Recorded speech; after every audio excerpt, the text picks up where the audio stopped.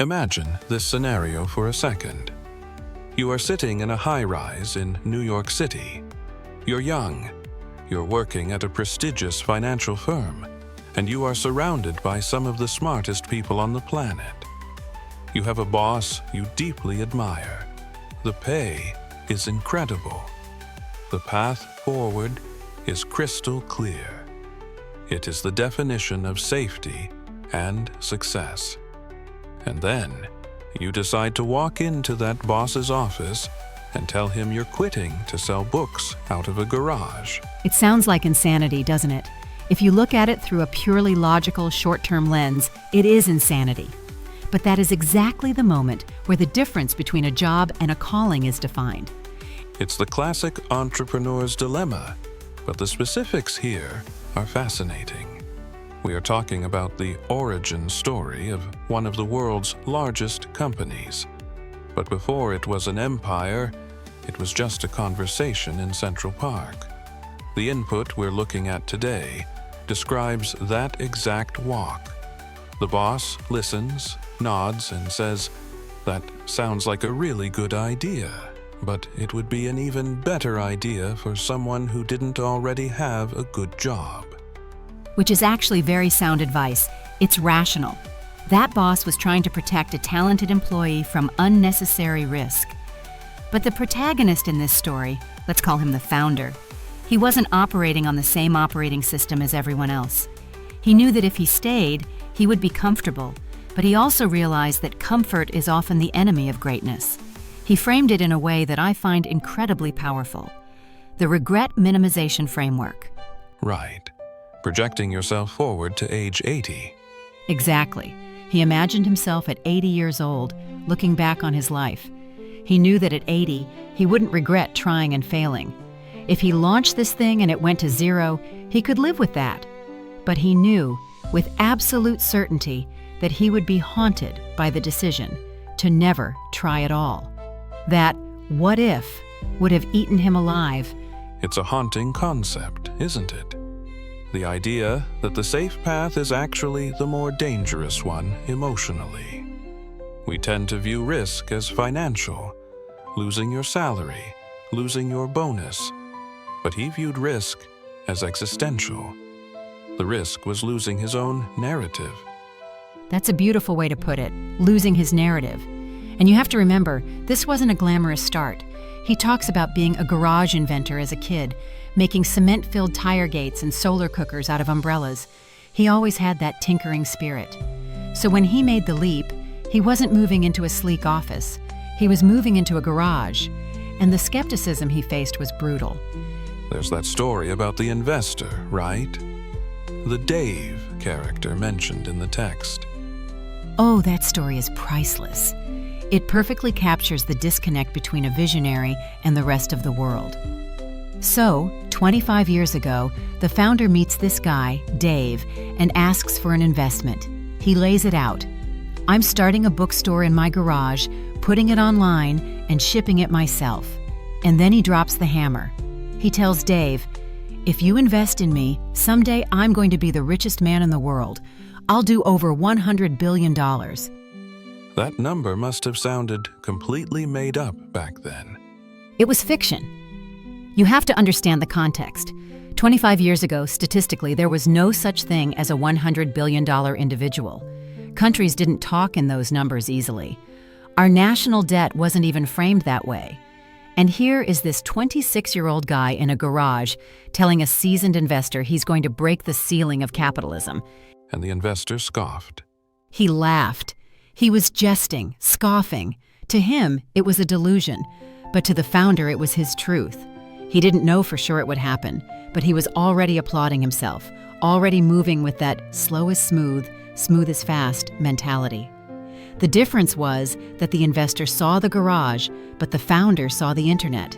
He saw the wave coming before anyone else had even put on their swimsuit. That phrase you just used, slow is smooth, smooth is fast. That's military doctrine, isn't it? It is. It's about precision. If you rush, you fumble. If you are deliberate, you make progress. And that's what he did. He didn't try to chase the hot passion of the day. That's a key point in the text. He warns against looking at what's trendy and trying to catch that wave. Instead, he focused on something he was genuinely passionate about: customer service, invention, the long game.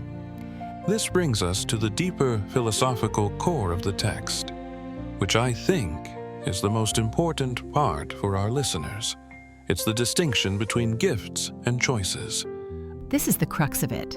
This is where the conversation shifts from how to build a business to how to build a life. We all sit here with certain gifts. Maybe you're naturally good at math. Maybe you're tall. Maybe you're charismatic. Those are lottery tickets. You didn't earn them. They were given to you. You can be grateful for them, sure, but you can't really be proud of them. Because pride should be reserved for what you do with those gifts. Precisely. You can be proud of your choices. Being good at math is a gift. Choosing to spend 10 years solving an unsolvable equation is a choice. Being tall is a gift. Practicing basketball until your hands bleed is a choice. The text asks a very confrontational question. When you are 80, what will you be more proud of? Your natural talents or the hard things you chose to do? It reminds me of that line. Will you be clever at the expense of others, or will you be kind? Cleverness is often a gift.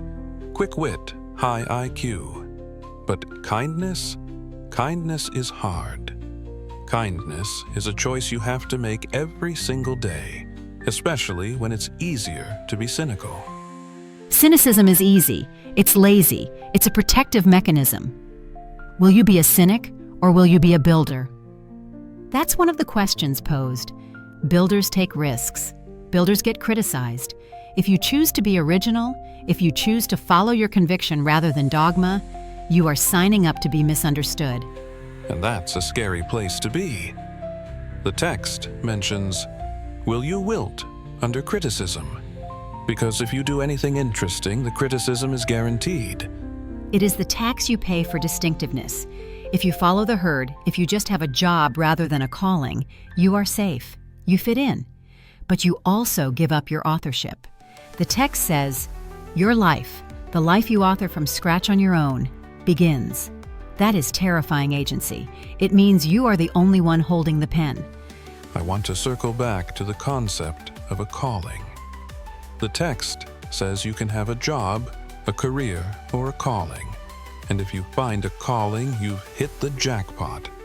How do you think one actually finds that? Because it feels like everyone is looking for it, but few people actually stumble upon it. I don't think you stumble upon it. I think you forge it. Going back to the garage inventor days, he was making alarms to trap his siblings. He was curious. He was playful. A calling usually hides in the things you do when no one is paying you. But the trick is, you have to be willing to take the less safe path to turn that curiosity into a life. So, it's about intersection. The intersection of your gifts and your choices. Yes, and it's about service. The text presents a dichotomy. You can choose a life of ease and comfort, or you can choose a life of service and adventure. Notice how service and adventure are paired together. We usually think of adventure as this selfish, hedonistic pursuit, climbing a mountain for the selfie.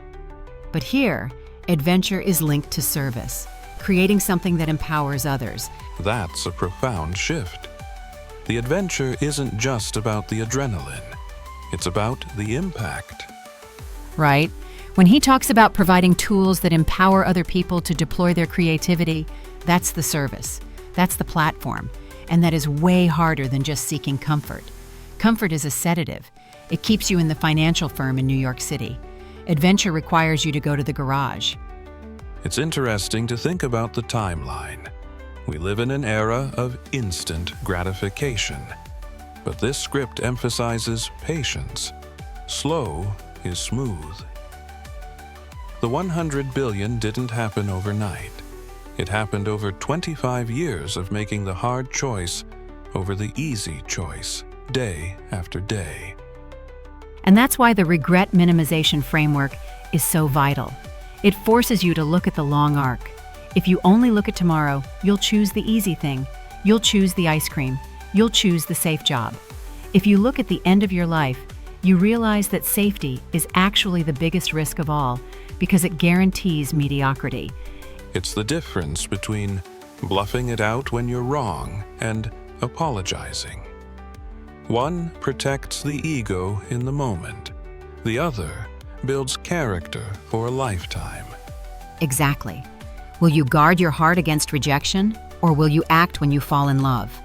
Will you play it safe, or will you be a little bit swashbuckling? I love that word, swashbuckling. It implies a bit of daring, a bit of rule breaking. You need a little bit of pirate energy to build something new. But a pirate with a moral compass. A pirate who chooses kindness. That's the paradox. It's easy to be a ruthless pirate. It's easy to be a soft pushover. It is incredibly hard to be a relentless builder who is also kind. That is the ultimate sophistication. As we start to wrap this up, I'm thinking about the listener who is currently in their version of the financial firm. Maybe they aren't in finance, but they are in a situation that is safe, comfortable, and ultimately unfulfilling. They have a garage idea in the back of their head. What is the takeaway for them? The takeaway is that you are writing your story right now. Every day you stay in the safety zone, you are writing a page that says, "And then he did nothing." That's a boring book. No one wants to read that. The text reminds us that we have never had a better time to be alive. The amount of inspiration, change, and opportunity is insane. The barriers to entry are lower than ever. So the cost of failure is lower, but the cost of regret remains the same.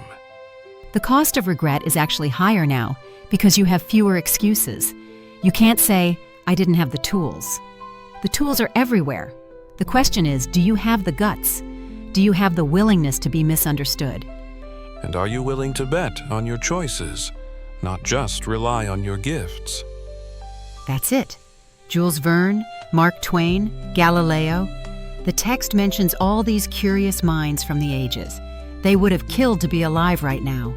We are sitting on a mountain of potential. But potential is just potential until you make a choice. It really comes down to that final question posed in the text. Will you take pride in your gifts or pride in your choices? It's the only question that matters. Your gifts are your starting line. Your choices are the race. And when you cross that finish line at 80 years old, you want to be exhausted. You want to be scarred. You want to be full of stories. And you want to be able to say, "I didn't just coast. I drove." I chose the life of service and adventure. And I didn't let the fear of looking foolish stop me from building something real. A powerful place to leave it. It's not about the $100 billion. It's about the garage and the decision to step inside it. The garage is a state of mind. Go find yours.